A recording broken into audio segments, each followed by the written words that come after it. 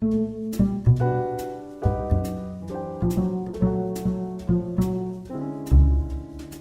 everyone, welcome to Divided Films, the podcast where we talk about movies that audiences and critics do not agree on. I'm JJ, and with me as always is my co-host Keith. Hello!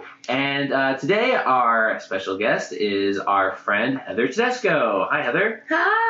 Heather is our good friend from way back when. She just came off from directing Carrie, the musical. We're very happy to have her. And we're very excited to talk about this movie we have today. I can already tell this is going to be one. We're talking about the 2016 movie Collateral Beauty. Dun, dun, dun. Yes, directed by David Frankel and starring really like an A-list cast, but we'll get into that. But specifically, Will Smith is like the main star of this movie.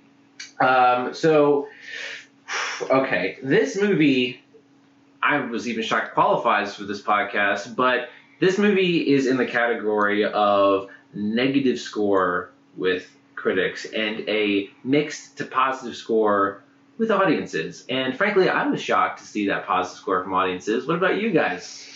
I can't believe this movie is... Okay. Are right off the bat, this movie was hard to watch. It was... Okay, so this is probably like one of the most like... This is probably going to be like the worst movie that we talk about. We'll just get it right off the bat. But, it needs to be said, as much as I think, we'll all be in agreement about how bad this movie is, it does have a significant amount of positive scores. I mean, this is a 50% difference between critics and audiences. It is significant. It may be the worst movie that we watch, but it's also the biggest dip. It's a 50%. 50% is like very significant. Well, I think other movies. There's a couple other movies I think we've talked about that have a similar disparity. But 50%. I mean, it's funny too because the critic score is so low that 50% higher is still not that much better. But okay, so let's get into this, because what is this movie about? I think this is a movie that a lot of people won't even remember. Well, what is it about, or what did we think it was about? That is... I'm really glad you brought that up, because this movie is also guilty of misleading trailers, which is, I think, some of our least favorite things. So we like to start with the premise, like what is the premise of this movie? But this movie is a little different because the premise that was in the trailers is different than the premise of the actual movie. So here's the premise of the trailer, if I had to sum it up. Will Smith plays an advertising executive who has lost his daughter and is an emotional wreck. He writes letters to the concepts of time, death, and love, the spirits of whom visit him. They are personified, visit him in the same vein as the ghosts of Christmas past, to help him get out of his emotional ruts. That is what the trailers are selling. Now that alone, I think, is kind of a cheesy, pretentious... It's a Hallmark movie. But for Christmas time... it works, sure, right? Because it's a little bit of a twist on A Christmas Carol, and it's okay, perfect, fine. During Christmas, released around Christmas time. Yeah, it's harmless, right? Yeah, you can get behind that. Fine, maybe not for me, but people might, Oh, I would have eaten that up. Yes, absolutely. I have a lot of questions to ask you. I have a lot of questions. That is not what this movie is about, however. This isn't. This is what the real premise is. So, it starts off similar. Will Smith is an advertising executive whose daughter has died, and he's in an emotional rut. Here's where things get a little different. His emotional rut has caused him to act in a way that is destroying his business. He's driving away clients, and so his business partners, played by Ed Norton, Kate Winslet, and Michael Pena, they are so fed up with his behavior, they decide to hire a private investigator who discovers his letters that he's writing to time, death, and love. They decide to hire actors to pretend to be time, death, and love, and they will approach him one at a time. They will record these interactions, digitally erase the actors, so that way they can use that footage to legally remove him from the company. That is what this movie's really about.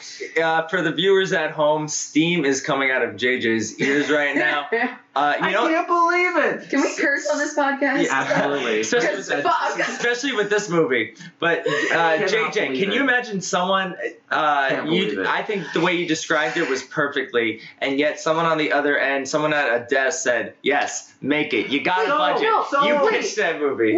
Worse still is that it's not just his coworkers, it's his very close friends Ed of Norton's his years. best friend. They're not Ed just Norton's his best coworkers and friend. business partners. They are people who go way back. Like they're Decades. They're like close friends, practically family. So that is the actual premise for this movie. That was the script for this was written and it was greenlighted, and a lot of actors signed on for this movie. So again, Will Smith, 2 Oscar winners and 4 Oscar nominees. Yes. This is an A-list Oh my cast. God. loaded, absolutely loaded. So again, you have Will Smith. You have for the business partners conspiring against him, Ed Norton, Kate Winslet, Michael Pena, and as the actors hired to play Time, Death, and Love, you have Helen Mirren, Keira Knightley, and then I don't know who Jacob Lattimore. Jacob Lattimore. Okay. What else has he been in? He's in The Shy Sure. on Showtime. Oh, Okay. okay. I'm not as. And he was in familiar with him. Slight. It was a magic movie. Yeah. He's a good up and coming actor. Probably the least known of. I got you, Jacob. Cast. Okay, fair enough. You should have But- signed on for but this movie. also- Yeah, no. Also, though, worth noting, the private investigator is Aunt Lydia from Handmaid's. Yes, and down. So And even down. fucking Aunt Lydia is in this movie. There's Between- so I don't know much which- talent in this movie. You know what's funny with Endowed? I don't know which character of hers is more evil. Her character in A Handmaid's Tale, her character in Hereditary, or her character in this. They're all really her good. She commits a federal crime in in this the one. first There's- 10 minutes. Oh, she Yeah. even says, okay, yeah, because she breaks into a P.O. box to get these letters. It's not even a P.O. box. It's the friggin' mail thing on the corner of the street, the blue one. So, the one that, people, Yeah. everyone's mail. It's not like a P.O. box that's one human person's personal mail belongings. Yeah. No, this is the mail of anybody who walked down the street that day. I also have to say, this plan that they have is also illegal. They are committing fraud to legally remove this man from his company. But okay, let's get. And they also deep fake him into they edit out Helen Mirren. Yeah, How do they digitally? They and also, how is that not illegal? I mean, it is illegal, but How is that possible? how can you falsify evidence like that? How can they record a conversation between two people on what I assume is it's a cell phone? It was a cell phone. And they digitally remove someone perfectly from the footage. I don't know how that works. Honestly, you have to be super effing talented to be able to do that. So the Now premise, so the very premise of this movie, I think this is the first movie we talked about that even the very premise we're not on board with. Other movies we talked about that maybe we didn't like, it was okay, we like the premise, not executed well. This premise is problematic to begin with. You can't with an A-list cast and a director with a fairly solid, I guess. I'll say the director has done good Devil Wears Prada, Marley and Me, Hope Springs, Big Year, a couple Band of Brothers episode.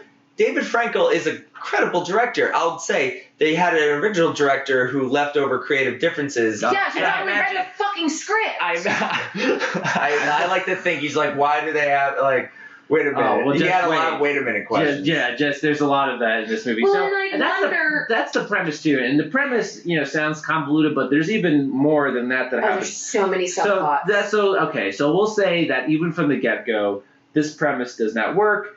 But again, this is a movie the audience has liked. So I think what might have from the trailer sold people got in the seats from seeing the trailer, right? They saw the Yeah. trailer. They saw what they thought was maybe a more simple, sentimental movie. This was a movie that was based on the trailer, was supposed to make you cry, supposed to be quotable, that people they put it on a canvas and it's ooh, a quote from Collateral Beauty It's and full of department store art quotes. yeah, or quotes that should have lived up to that, but and we can get to that later. They but, thought Collateral Beauty they would be an thought- actual thing. Oh yeah, well that, and they also thought that some of these quotes that were truthfully trash.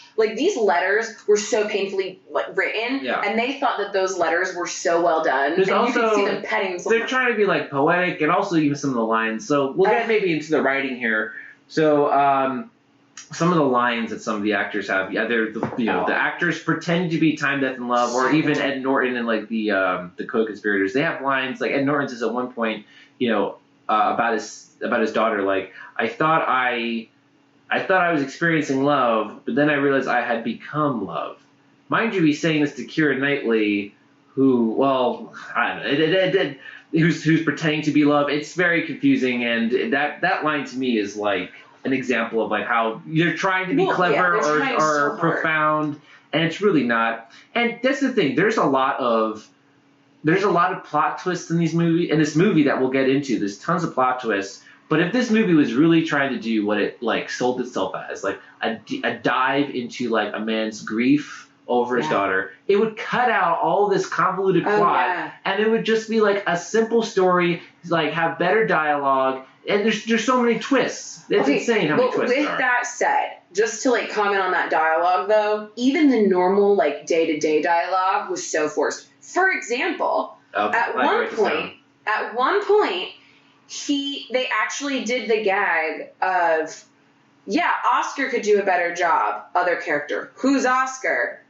First character. My son. And in the moment, he was carrying the child. And I was like, come the F on. I was like, this gag isn't good on the best days. Yeah. But in a movie where the writing's already trash, like that, no, come on. And like, there was like another one like that too, where it was like, hey, I'm your son, like Ed Norton said to his mother. And I was like, that was for the audience. That was not, I was like, you just did exposition in the worst way. No, there's a lot that happens in this movie for the audience, and not necessarily from like a character story point of view. For example, one of the twists in this movie, so Will Smith, his character, goes to like a grieving council, grieving support group, and it's made to seem like he's meeting everyone, like the grief counselor, for the first time, and you actually find out by the end of the movie that grief counselor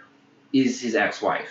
Like, it's there, like she talks about her daughter, and he talks about his daughter as if they're separate, and then like you find out that they had agreed to pretend to be strangers after their daughter died. I don't know why. Well, but because that was all the scenes where they're pretending to be strangers. They're acting like actual strangers just to fool the audience. Right, correct. They're talking how people who have loved each other and had a family would never talk. To each other. Would never do this rude. Well, so here's the thing, right?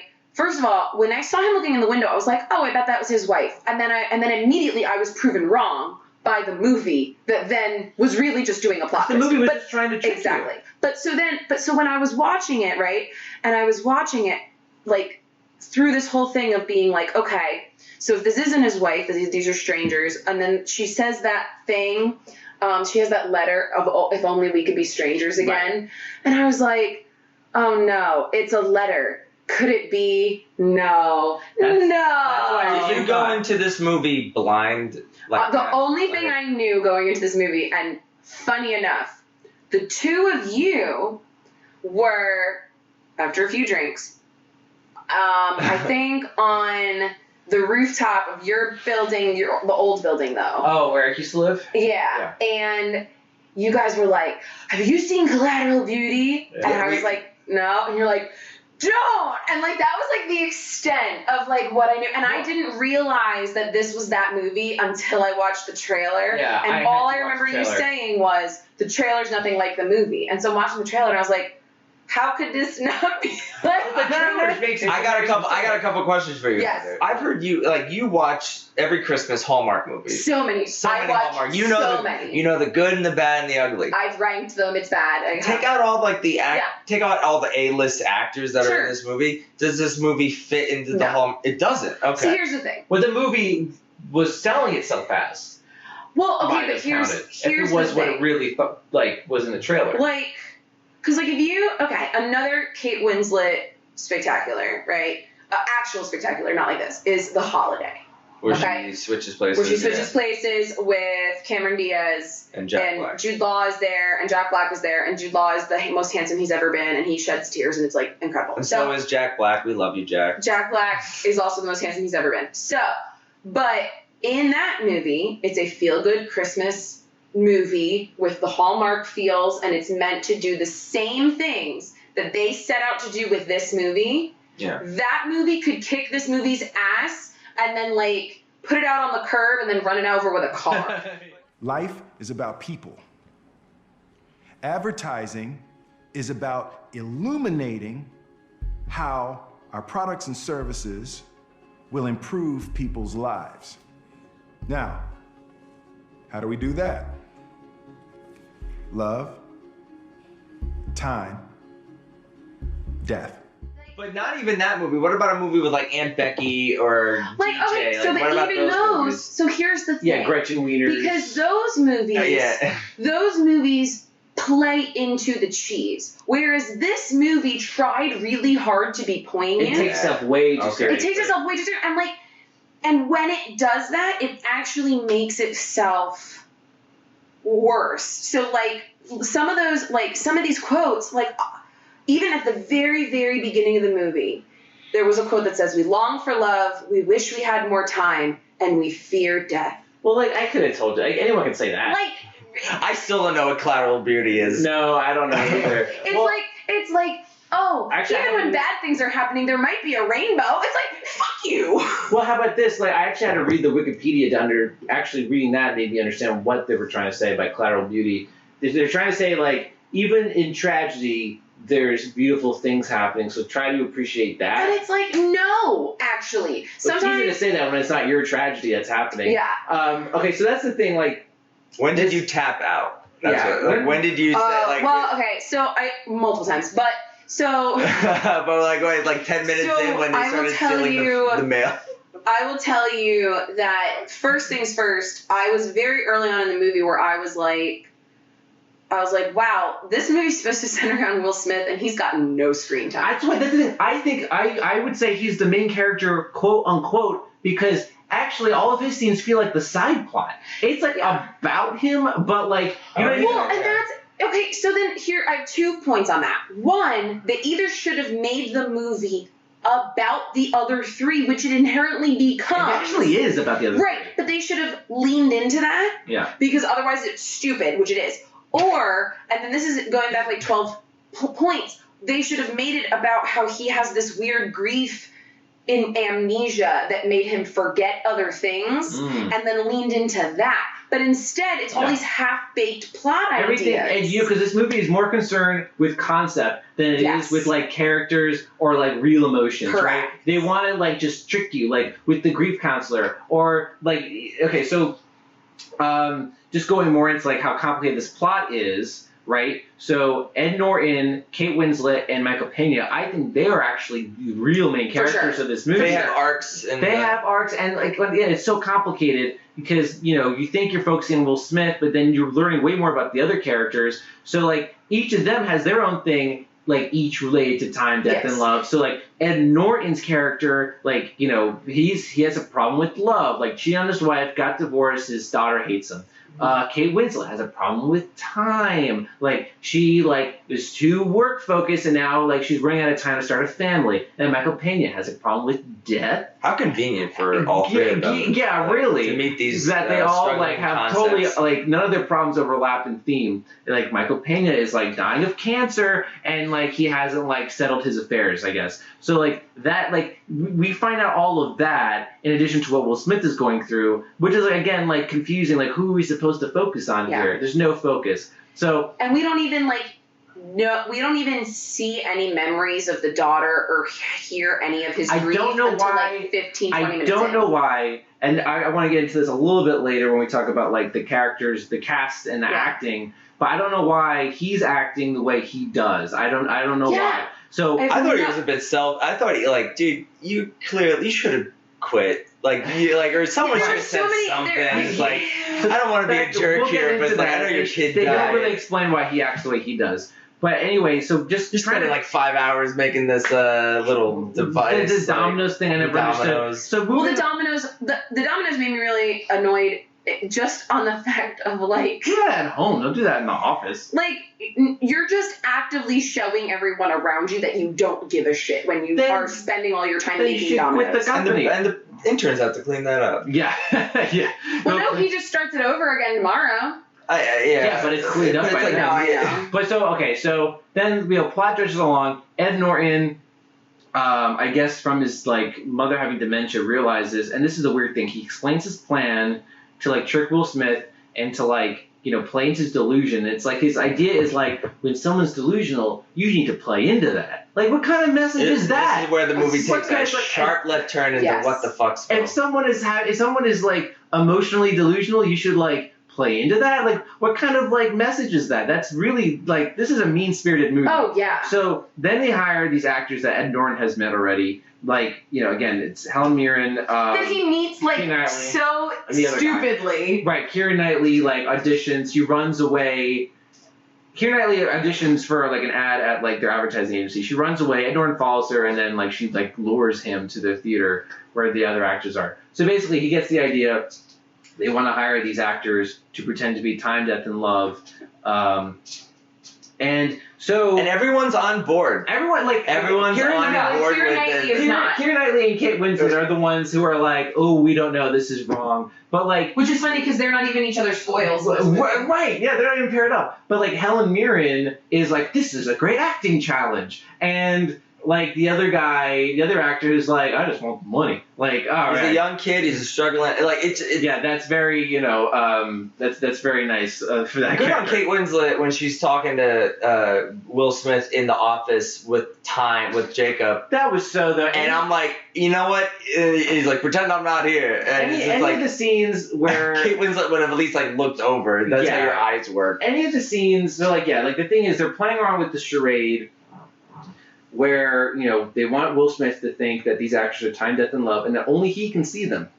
And so, and this is where it gets really uncomfortable, is where you see them playing along or setting up this charade where, like, the private investigator and her grandson walk past Will Smith and the actor It's so pretending shitty. not to see the other actor. Like, who's that man talking to? Like, to make Will Smith think that he's talking to a spirit no one else can see. Or, like, the guy playing Time is in the office talking to Will Smith and Kate Winslet pretends she doesn't see him. Like, that is so uncomfortable because basically they are mentally torturing this guy who's already, like, at the end of his ropes. Mm-hmm. That is really uncomfortable. But throughout the movie, like, each of these actors is paired up with one of the partners. So, like, Love by Keira Knightley is, like, working closely with Ed Norton, who has a problem with Love. And they have a thing. That was There's weird. like tension and. But that was It was the weird. most disgusting thing I've ever seen. She also has a scene because she's, like, also, like, the one who's, like, not totally on board. But basically, she makes a deal with Ed Norton. It's like, if you get your life together, I'll help you destroy this guy's life. Like, that's basically the compromise. Well, and then, like, it doesn't make the twist. The amount any of better. money. Oh, no. They're paying each actor $20,000. $20,000 In cash. In cash. Like, that's we all have friends that like have acting gigs that like couldn't come close to that much for how much more work and like. I feel like this weird experiment where you're like, it's basically like illegal conspiracies, but they're doing. So they, so each actor is paired off with a partner. Keira Knightley with Ed Norton, Love helping out the guy who's problem with Love. The Time guy is helping out Kate Winslet, who remember is having trouble with time. And then Helen Mirren, who's playing Death, helping out Michael Pena, who remember has a problem with death. So here's the thing. They interact with Will Smith, they get the recordings and all that, but the twist of this movie, which really infuriates me. Yeah. So throughout the whole movie, they go along with this plot, they drive Will Smith down, Will Smith, I guess, like, they kind of also help Will Smith, the movie suggested. Everything works out in the end. Will Smith ain't that mad. They're It's just talking to like, Will Yeah, Smith. Will Smith is weirdly okay with it when it's He's like, I revealed to get him. it. But wait, it's never really revealed to him that it was a ruse. Like, so the actors... Oh, no, wait. The actors, Go ahead. because the actors talk, they get on there with the ruse, they're fooling Will Smith, he doesn't want to believe it, then he kind of does believe it, they get the recordings, and they, like, have this scene where, like, they show him the footage, but basically, at the end of this movie, you find out that the actors playing Time, Death, and Love were really the spirits of Time, Death, and Love the whole time. Not just a yeah. whole new set of Again, questions. this was all done just to fool the audience. It makes no narrative sense because, first of all, they're accepting $20,000 in cash each. Well, no, Keira Knightley, strangely, never collects the money. She doesn't? She doesn't. Well, the other actors do. The other actors do. Well, friggin' Kate Winslet has to go to. Yeah. She, like, I want to say she called it the dodgy part of town, even though in this movie she's not It's like British. Washington Heights. No, I know, but like I feel like she called it dodgy, even though in this she movie let it slip. it felt Well, I wouldn't blame her if she was like. 20%. Yeah, but so she but like she brings it in cash and she like makes like a big deal. She says it out loud in like Washington Heights. Like, I can't believe you made me come this far of town with $20,000 in cash. Yeah. I would never say that in public. I would never, especially say that in New York City, and especially not in like a sketchy neighborhood. No. So it is revealed to like the viewers that like Time, Death, and Love really are Time, Death, and Love because you are seeing that when like Will Smith's daughter died, Helen Mirren like said the titular line to Will Smith's wife, like, you know, she asks her what's going on, and Will Smith's wife is like, my daughter's dying, and Helen Mirren goes, don't forget to notice the collateral beauty. That's all she said. I would say, like, you know what, fuck you. I don't know who you are. I don't know what that means, like, fuck off. But basically, like, that is, and then the wife, you know, in the present day scenes, Will Smith says, like, I didn't know what it meant, but now I know. And I don't think the movie really explained what it meant. It doesn't do a good job. No. Are you losing somebody? I'm sorry. Who are you losing? My daughter. Just make sure you notice the collateral beauty. So that's the thing. This movie is more concerned with twists and plots and like these like crazy. It's like so much going on. That's what they care about. It is like extremely insincere in that regard because I feel like they expect the audience to go like with both the Naomi Harris being his actual wife and the twist of them being actually love, death, and time. Yeah. The audience go, my God, it's a Christmas miracle. The audience score of this movie suggests are we the bad guys? People liked it. Are we the bad guys? That's the line they have, right? Ed Norton, Kate Winslet. I'm saying that about us. About the three of us hating on this movie. There's three of us. I think maybe we're all struggling. We actually, guys, we are Death Time Love. No, what? That was the real twist all along. But doing research on this movie, I didn't know. I was kind of shocked looking at the audience reviews because the words emotional masterpiece. Shut the fuck up. Emotional masterpiece came up quite a few times. Some of these reviews were as pretentious as the movie. Some of the audience reviews, I was reading something that was like, the review was like, you know, maybe average critics don't suit me. Some people saw a mess. I saw beauty, period. I saw beauty. Like they said, like they were like trying to be as pretentious as the movie. Or maybe the screenwriter just wrote all the audience reviews. I don't know. I mean, probably because that sounds about like his writing style. Listen to this. Like, emotional and lovely. You really feel and think while you watch this movie. No, you don't. And like, I'm one who loves literal trash movies, as we've discussed from the Hallmark movies that I watch. Yeah. But this is like... Oh, well, here's another thing. Like these are all written by the studio. It's just like, this isn't even fun to watch. This is tiring. Well, it's like I said, because it is so complicated and it is so frustrating. And another theme I saw in some of these audience reviews are people who like also have lost like a loved one. Some people are like, you know, I get it. If you've never lost a loved one, you wouldn't understand. It's like, well, first of all, I shouldn't have to experience what a main character experienced to enjoy a movie. Correct. All right, like my dad isn't Darth Vader, but I still enjoy Star Wars. That's number one. Number two, everyone I know hasn't disappeared, but I could still enjoy the Avengers movies. I never, you know, that's not an excuse. And then number two, this movie doesn't really, it's all surface level. This movie is like surface level emotions. Like Richard Roper had a line I enjoyed. It's like, you may tear up watching this movie, but you may also tear up from commercials with dogs and horses being friends. Like, it's the same level of like emotional shallowness. Well, and also like, you can argue that this movie's about relationships between parents and children as much as it's about grief, because the biggest common thread between all of the characters is their relationship with being or wanting to be a parent. Okay. And so like, and that's why I was sitting there and I'm looking, and I'm like, they either, again, throughout this movie, they don't lean into anything enough. They just like... They're doing too much. They're doing too much. And so like, but you have so many good relationships that you could be talking about, right? You've got Ed Norton and his daughter. You've got, what's his face?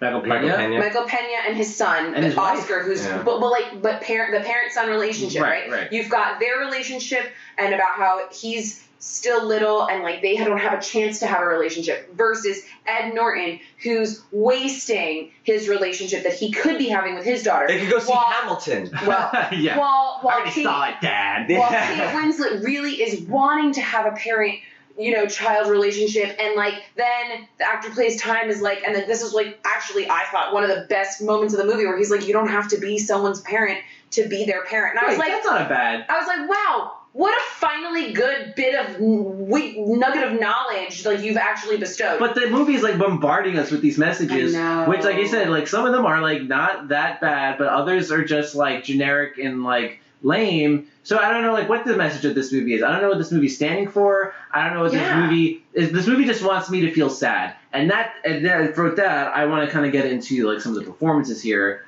Well, unless you have one more thing to say, Keith. No, well, to maybe lead into the performances, do any of you think that the actors knew what they were getting into? I think Kate Winslet's the only actor, or the most very obvious actor I can tell who knew what she was in. I would say actually, Kate Winslet, I feel like I can kind of tell she's uncomfortable with the material, whereas like I feel like Helen Mirren is like embracing it. Well, Helen Mirren I think is in the fuck it stage of her life. Like she's in like Morgan Freeman. Right? Morgan Freeman's in that fuck it stage too. That's so funny. She's in the Fast and Furious movies. She was in Hobbs and Shaw. Like she won the Oscar. Red. If she wins another, she's in Red. Like she's in the if it's good, it's good. I want to be in a Fast and Furious. And this was like a $40 million budget. She probably got a good paycheck. They all probably got good paychecks. They all got paid a lot of money to be in this movie. But I feel like Keira Knightley is really like trying her best. Keira Knightley does put in some decent work at some points. Well, I feel bad because I feel like Will Smith is trying too hard in this movie. I'll agree with you. Yeah, but I think that works against him. Whereas whereas Keira Knightley, I think, tried the appropriate amount and did the best that she could with the material she was given. Absolutely, I think Jacob Lattimore. I think Ed Norton is. Ed Norton, I think, did a shitty job. Did it. I think maybe he also actually, now that you mention it, also kind of knew what he was in. Yep. I feel like he is. I don't think he's getting offered that much. I don't see Ed Norton. Did he look 100 in this movie? Yeah, he looked older. I feel like he's an actor who should not look. This movie did to him what like is impossible, which is making him look old. It's like imagine like making Paul Rudd look old. Like same thing with Ed Norton. This movie definitely took a toll on Ed Norton. But his character confused me too because he comes up with this really mean-spirited plan. And he's kind of guilty about it, but he's not, and he's adamant about it. But that kind of halts you from the beginning. Like it's something that's so mean-spirited, and then continue with it, and we're supposed to sympathize with these people. It's just hard. I can't empathize with people who like do something so mean. Mm-hmm. Yeah. It's such a mean thing they're doing. It's like making the leads of it's like making the bullies of Carrie to like giving them like a background. It's like let's give them a redemption arc. No. Yeah, you can give them backstory, but not a redemption arc. Can I say the most believable actor who did the most honest work for me in the entire movie? Yeah. Was Ed Norton's daughter when she says to him, "You're stalking me. You're gonna come every day." But well, tomorrow's a half day, just so you know. That was the most believable part of the entire movie because little kids do that when they're mad at you and they're like, whatever, and then they're like, but I still want you to do the thing. That was the most beautiful acted moment in the entire movie. I still love the Hamilton line. Well, because they had like the simplest scenes, just like a dad and his daughter arguing. I mean, you can't really, But it was like, I was like, all right, little kid, you don't know what shit storm you're in, but you did a really good job delivering that dialogue. It's easy to be honest when the scene is such a basic thing of like, a father and daughter who have like an estranged relationship. She did great. That you can't really muck up. Good job, kid. Why are you here? I've heard all of your platitudes. I got them, I know. She's in a better place. And this is all a part of a master plan. Heard that one too. Here's my favorite. God looked down and saw the most beautiful rose. So beautiful that he picked it to have it in heaven all for himself. Then there's the science, biocentrism, and we're all living and dying in infinite universes all at the same time. And then the religion, the Christians and their salvation, and the Buddhists and their samsara, and the Hindus and their 41st sacrament. And can't forget the poetry. Oh, the poetry.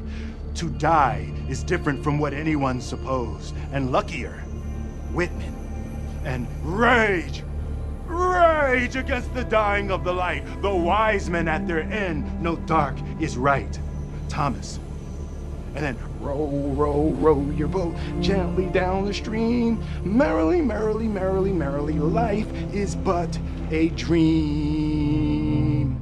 Will Smith, as we said, I think is trying way too hard in this movie, and I feel bad because I feel like this movie was maybe pitched to him as like a vehicle to win an Oscar. Well, Hugh Jackman was apparently the lead. No. Hugh Jackman was the lead, and so Rooney Mara and Jason Segel. I think Jason Segel was going to be Ed Norton and Rooney Mara, and Rachel McAdams was also in the running for this. But Hugh Jackman was at one point attached, and then Logan came along, and then I think he took the guy. I think he hopped on the last train. He's like, I'm getting out of this. He did everything. Well, so I think Will Smith really wants an Oscar.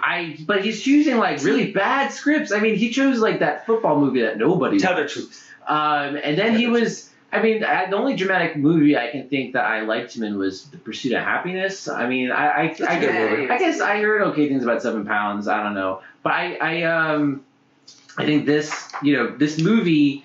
He's not. All he's doing is being sad. There's nothing nuanced about it. Like I don't know anything about his character. The whole movie, he's on the verge of tears. He looks sad, and eventually he's crying. But there's nothing else to it. Like anyone could be sad and cry. That's not like that convincing. I have a question. When they I have a lot of questions. One correct. thing? Yes. One thing? I wonder if, and maybe you know the truth, but I don't. I wonder if at some point the plot of this movie really was the trailer. What the trailer portrayed it as. Because a lot of it was cut in weird ways where I was like, what if we weren't supposed to know that it was a twist until the very end? I kept watching this movie and being all the twists were done in like reshoots, you're thinking, or what really bothered me is when they were revealing at the end, and I wrote down, I was like, wait a minute. We went from the ruse to immediately in the middle of talking about the truth, all in the same shot. So in the meeting scene? In the meeting scene, yeah. Ed Norton, we're in the middle of this is going back to what you said before, because I'm not sure if they really told them it was a ruse. Yeah, so we're in the middle of the scene, right? And Ed Norton, all the lawyers and stuff are talking about, they're showing the masterfully edited phone videos from 2016, because no phone in 2016 had 4K HD anyway. So they're showing the masterfully edited footage, and they're like, who are you talking to? Blah blah blah blah. We're gonna have you sign away your rights to being a sane person. And then Ed Norton says, wait, and then all of a sudden Will Smith is saying, so let me get this straight. I was like, whoa. Oh, so you think it was cut out? Yeah, I was like, you guys cut the entire explanation, and now all of a sudden, Will Smith knows, and he's fine with it? Yeah, either he's, because he does say at one point, you guys did the right thing. No, they didn't. That puts the movie in a lose-lose situation, because if it was reshot... Yeah.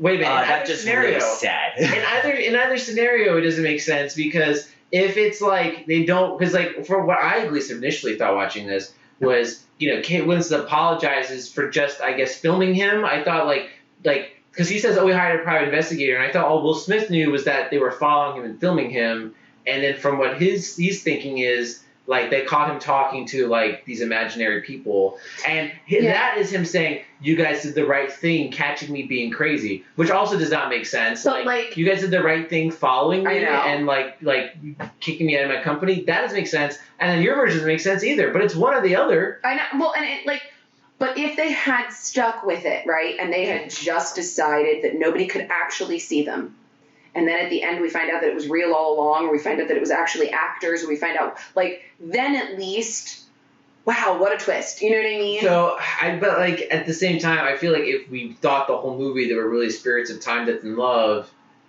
and you find they're actors, imagine imagine like A Christmas Carol, Mhm. and at the end you find out that the ghosts of Christmas past, present, and future are actors that his employees hired. So But it's like a Truman Show they would moment. be like, huh? You know, like it's like a Truman Show moment. Oh, okay, maybe. I think that's just. I'd rather not use the Truman Show in the same sentence as Collateral Beauty. Because that's that movie. Fair enough. I Jim Carrey is a think it's just a bad script. I think the Oh, no, I think but, I like, think the guy was had it a. always a bad I think script? I think the guy had. Well, here's something. This caught my eye about what the writer Alan Loeb said.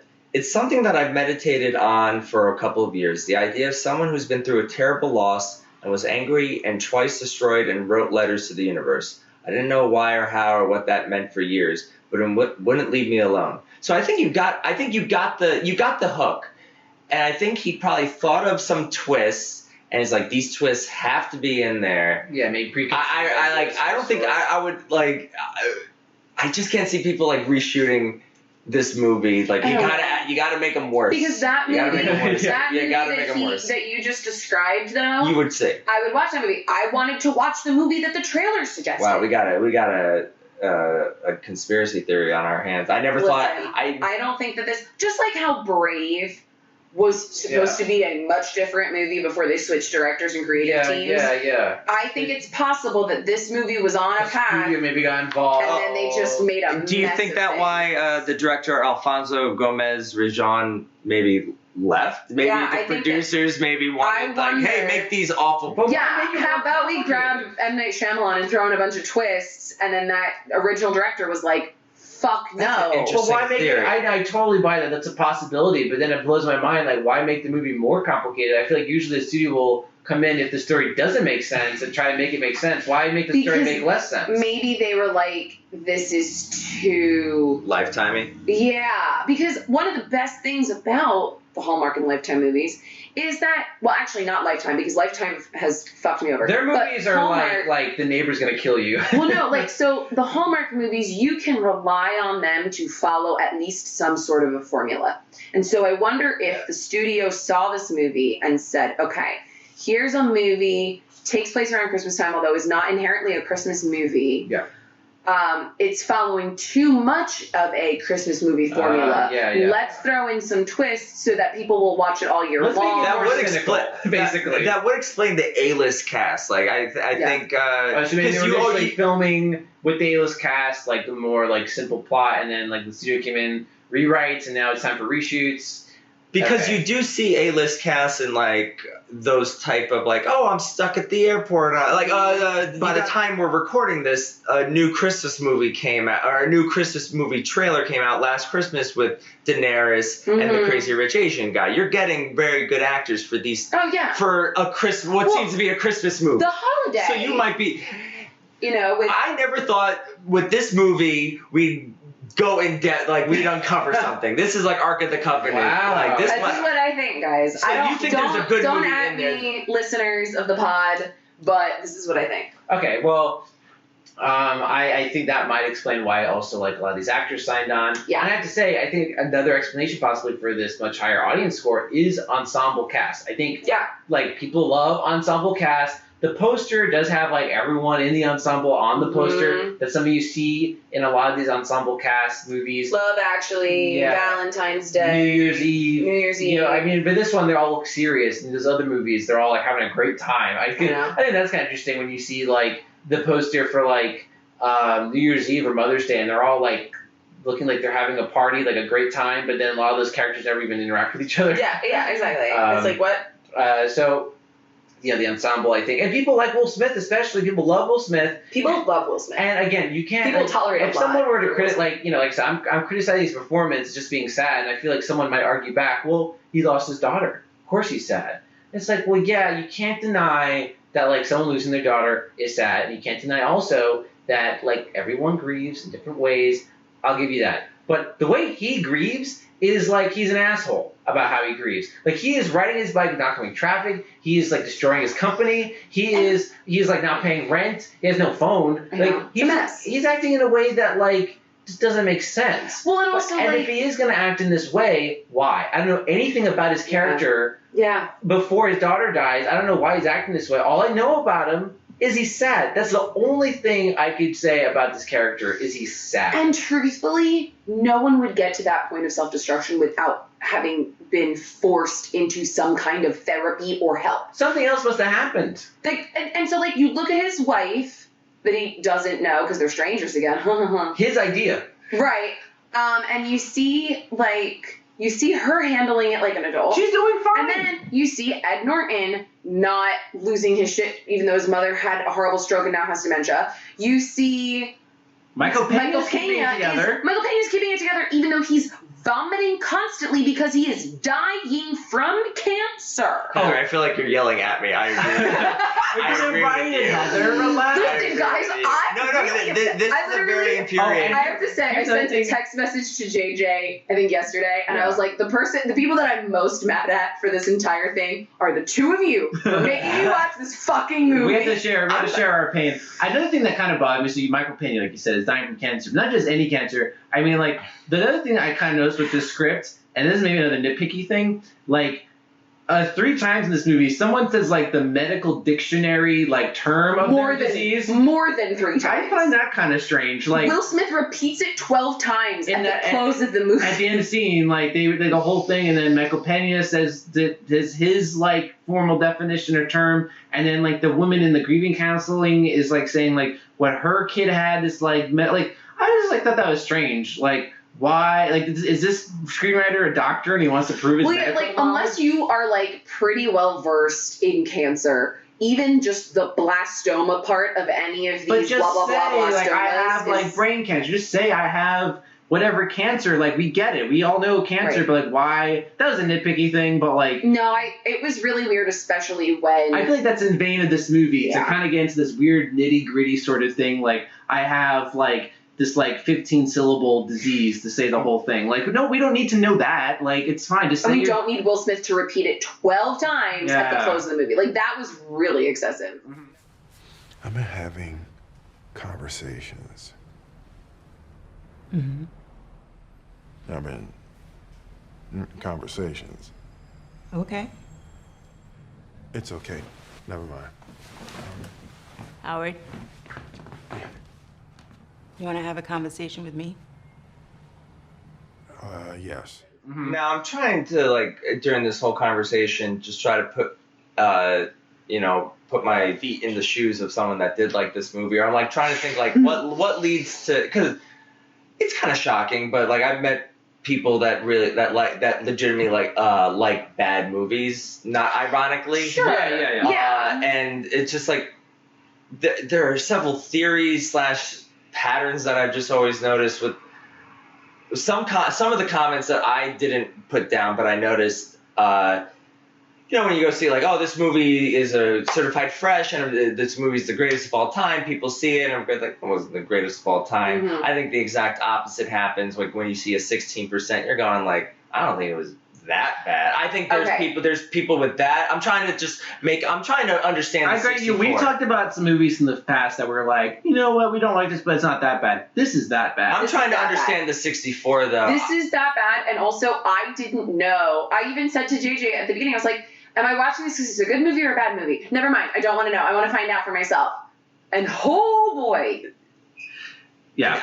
It wasn't even like more people like to this watch. movie than I thought they would. But like, and I like some shitty movies. I really love those Hallmark movies. I know we keep bringing it up, but like, this is a Hallmark movie. Well, again, it's not though, because it doesn't live up to what's really great about Hallmark movies. Well, Hallmark movies are very simple. Right, and that's part of why I like them. And because sometimes you need the that. most, like, complicated story of all time. This is so convoluted that it gets in the way of being enjoyable. Well, okay, I'll say this for the movie. It looks nice. I mean, it's shot in a very nice way. It's shot beautifully, and the set of that show that they never do is gorgeous with that structure in the center of the theater lit up. Yeah. What show were they gonna do? It was a new work, and I literally wrote, like, why would the play be dead? You all have $20,000, no, $60,000. Because they aren't even people. Because they aren't even people. But like I was like as a theater person, that was one of the least believable things in the movie for me, because I was like,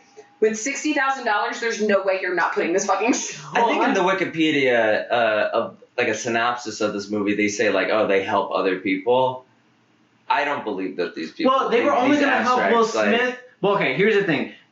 I saw that too. They help people, but like they're not helping Will Smith. They got him kicked out of his company, and the movie is like on board with that. The movie wants you to be in favor of that. Like that's the weird thing with the tone is like the wife, his ex-wife is saying like you should talk back to the spirits, like talk back to them. And the movie in those interactions where he's being filmed is like this is a good thing, like he's getting the help he needs.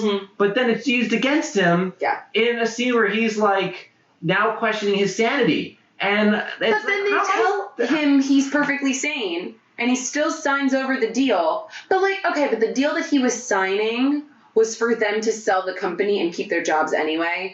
Right. So that's like they could have just convinced him. He's grieving so much for most of the movie that he's an asshole because he's destroying the company. When Ed Norton's just like, how you doing? He looks at him like, how dare you? My daughter died. And fuck off. And then even like when he's like, listen, like we're failing. This other company wants to buy us. Everyone will keep their job. What's that so important to you? He said that. And the guy, and Will Smith just nods his head and like runs off and cries. And it's like, well, what? Like, what is this character? Like, I don't know what to hang on to with this character. Well, and then like, and the movie wants me to be on his side. Apparently, I'm supposed to be on his side, but I'm also supposed to be rooting for his career to be destroyed. Did you like that fun reveal after he signs the paper and he's like, oh, what about the other paper? What about the other paper? I know you have it. You've asked me to sign it 6 times. And they're all like, what the fuck? And he signs it. And they're like, what was the other paper? And he's like, he put company trust in his daughter's name and he needed to sign a paper saying that she was no longer like able to collect it.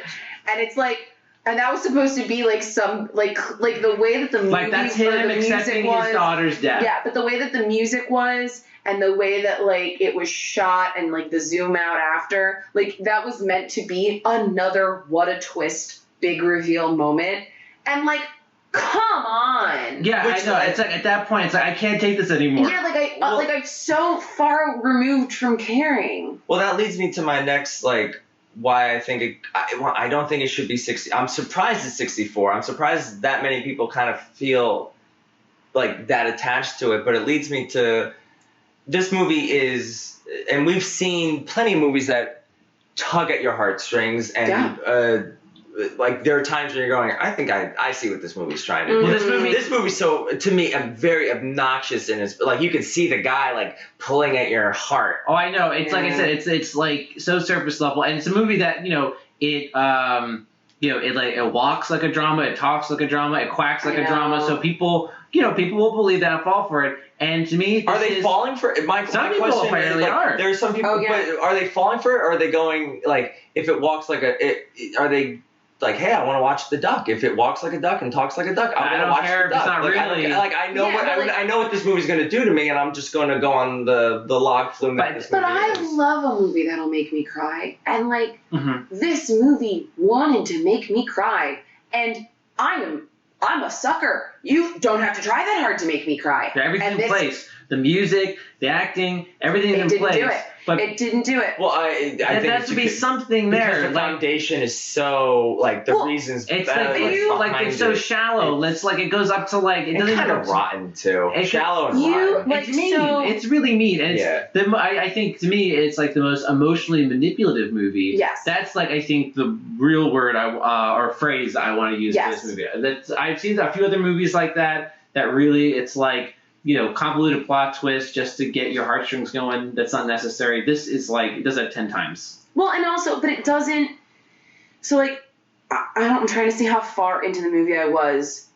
I think I was more than 25 minutes into the movie. Before you threw your phone at the computer. Well, that. But I think I was more than 25 minutes, or I was almost 25 minutes into the movie, where I wrote, at this point, we spent so much time on his shitty coworkers that I have no time to care at all about Will Smith or his dead daughter, and this quick flashback does nothing. How are we even able to establish this when the daughter hasn't even been in the movie at all? I don't know anything about the relationship. I don't know anything about the relationship. She's done nothing but giggle in that spin around. It's so generic. That was it. That's all I know about her. and that she likes dominoes, which I don't find out to the very, very, very Which end. is why I Some guess he college does kid dominoes. got very lucky. He wrote a script, and he got very lucky that all these A-list But, actors. like, It feels like a college it's level. so like, rough. I took a screenwriting class, and the first thing they like teach you for like your 101 is to like write a basic story. And this guy probably was like, "Well, screw that." And he wrote like this like really complicated story. I'm kind of leaning towards the Heather's theory. I think there is something. Granted, it's a lose-lose for this for this story anyway. Mhm. If they were reshot, that means the studio is like add more, make it more convoluted, make it like the studio kiboshed their own what could have been a very enjoyable movie, and also.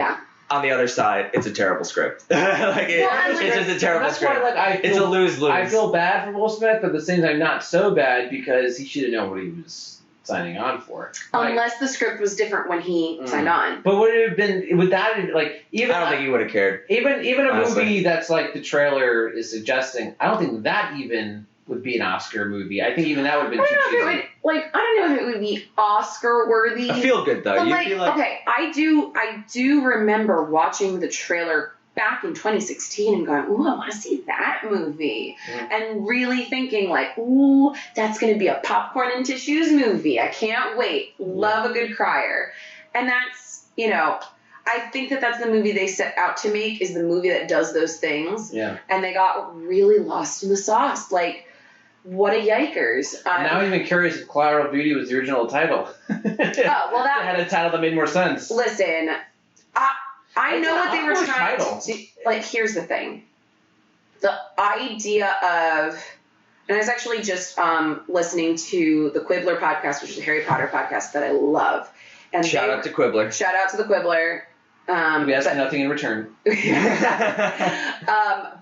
in the Quibbler podcast, they're talking about, and this is a spoiler for Harry Potter, but like honestly at this point, if you don't know that Snape kills Dumbledore, like how dare I know, but like truthfully, if you don't know that Snape kills Dumbledore, like you're not in pulp culture in 2019. But so like they're talking about how like it was the day of like Dumbledore's funeral or something like that. And like Harry says about how it was like a really nice day out, and it's like really sad that it was a nice day because like they couldn't enjoy it because it was like really sad. Mm-hmm. And like they went into that like a lot about how like when you're sad about things but it's nice out, or like you're at a movie that you like but like you're sad about something else, like how it like taints it. But like that's Collateral Beauty, like the inverse of that, you know what I mean? Like the really nice day, like it being really nice weather on the day of a funeral, or it being like, the food is really good while you're at your breakup dinner. You know what I mean? Like that's Collateral Beauty. I think okay, great. They did a terrible fucking job of explaining that, and the rest of the movie doesn't have to do with that concept. Yeah, because that movie. Because I guess the movie's main message. Wow, you deserve the Oscar for that. Of its many messages, then you're right. Then of its many messages, it's saying, if you're at a funeral and it's a nice day, try to at least appreciate that it's a nice day. Also, it's a terrible but it doesn't. word. Collateral Beauty. Like it's not a good title. Also, I don't know if then now I'm not sure I even agree with that message, because now I'm thinking like, well, if someone near and dear to me died and it's a nice day outside, I don't want to think about the beautiful day. I want to just like, try to process my grieving. Yeah. I don't even know if I'm on board with the main principle of this movie. I agreed. Like, I think that like grief in general, whether it's about death or it's about anything else that you grieve in your life, any true sadness, like you need to be able to process that in your own way and like on your own time. And like people have such frustrating opinions about the grief of other people, which is something I personally like thought I was going to get out of this movie, which I didn't. But this movie was, you could have gotten that. Like, if you really wanted to do, like I said, simple movie and make it more like interesting dialogue and just have it like be like he's processing his grief. You get other people who are trying to understand it, but they're not. But at least like as an audience member, you do. I don't know. Like at that point, have time, death, and love. Give empathy to the other three characters and not fuck over Will Smith. Like have them have those three help. No fucking over whatsoever. That would have made it a more pleasant movie. They're helping out Will Smith and they're helping out the partners who do not deserve to be helped because they're all terrible. Because they're all shitty. Like they don't deserve to be helped. Now, also, like poor what's her face? My heart will go on. Celine Kate Dion. Winslet. Oh. Poor Kate Winslet. Yes, also Celine Dion. But poor Kate Winslet, like, of all the people in the movie, surely gets the fucking short end of the stick. Because if she, like, yes, you don't have to be a biological parent to, like, experience the love of a parent and stuff like that. But at no point in the movie does she interact with any of the many children in the movie. Right, like, it's not like as if there was, like, a kid there all along that Right. she, like, actually 'Cause was a parent to that- without realizing. But that would have been, Collateral Beauty. Don't make that a thing. But I'm serious, because, like, think about it. Like, To our at least viewers, if to our there had listeners been- out there, please don't make this a thing. But listen, listen. There it is. There's the Collateral Beauty. That's the Collateral Beauty, and they missed the mark. Because if there had been something there all along that she was missing out on, that would have been the Collateral Beauty. That would have been interesting, but again, this movie's not interested in the characters. They're interested No, in shit. concepts and twists. It's just unfortunate, because if it had been bad by the way of being funny, then great. This movie's not funny It's at all. not It's funny. not bad No. funny. It's not bad funny. It's just unfortunate. Yeah, I think it's a shame too, because when you have all these great actors and you have what I think is, you know, at least a competent director, you want to see like something that's worthwhile getting all these people together. Clearly, you know, it was shot very well. It was, you know, there was the ingredients for something good. Yeah. And it was just, you know, the complete opposite of that. So the last thing we'll do is give our personal percentages. Jesus. And, you know, I think we're all going to be kind of orbiting around the critical score here. Surprise. What was the What a surprise twist. We liked it all 100%. along. Yeah, guys, that's the Just real twist of kidding. Collateral Beauty, is that we loved You're it. just pretending to hate it. No. So, Heather, what percentage would you give this movie? Jeez. I mean, like, it's not unwatchable, but it's bordering it. Yeah. I think I'd probably give it like a 20%. Okay. All right. No, that's fair. I can see that. Keith? Oh, I don't know. A 9. You really think it's that? See, I feel like once you're in the single digits, it's like truly unwatchable. I have to turn it Okay, off. a 10. I don't know. I just I agree that it's not unwatchable. It's but not unwatchable. If that's the best thing you can say about a movie, then you're really Okay, but it's shot well, which we all agreed on. Yes. Like, it's visually beautiful. The score about 10. underneath it, That's about 10 you points. know, is decent. Yeah. You know, Keira Knightley does have like 2 or 3 moments of like some good acting of Collateral Beauty. Collateral Beauty. I'm now, the two of you are fucked, because guess what? Now I'm going to be using that phrase in real everyday life. What have we done? Oh no. So wow, I didn't. The real twist is that I'm defending Collateral Beauty at the end of this With your episode 20% score. with my 20%. Okay, so you give it 20. Keith, you give it I give it a 9. give it a 9. Yeah, I mean, I think bad writing is, you know, a script is like the foundation of a movie. Oh, And yeah. if you like build everything around a really bad script, you know, it's going to collapse like this did. So I would give this. God, I would give this. Tough. It's tough because it's not unwatchable. I would give this a 16%. Okay, I feel that. I just think They're all F's at the end. They're all- of the day. okay. Like, they're all You give well. it 2 points higher than They're the all original well. critics. They're all well Wait a minute, under that would 50%. Wait a minute, that would suggest that I like this slightly better, ever so slightly better than the critics. I think maybe I'll just go down the line. I'm on board with the critics. I'll give this the 14%. The 14 that I got. All right. Because it is kind of arbitrary at that point. I'm like, what am I, like, splitting hairs here between, like, No, that's a really you know, good the bottom point. of the barrel? So, like, I mean, I probably am closer to like where the critics are, but like I have to give it a little something, just because, like I said, like I was able to finish it. You know, I was able to go through it. You know, You know, anytime you film in New York City, you're going to have to get a lot of permits. So I'm sure the PAs, listen, you know how to work but they hard. appreciate it. You know, You got to give. it was not, in fact, the worst thing I've ever seen. No, and it's not, like I said, it's not unwatchable, which is why I was hesitant to give it such a low score. Right. But again, like, I still stand by my decision. That's I fair. agree. You're entitled to your opinion and the Collateral Beauty. I hope this is the last time I ever watch this movie. It will be. It's just, you know, when a We're gonna have a movie, watch party of Collateral Beauty. Every 10 years. it's not just that it's bad writing, is that it's like it's a sham. The movie itself Yes. is a sham. Yes. And for that, I think it deserves its low score. 14% is my score. 29.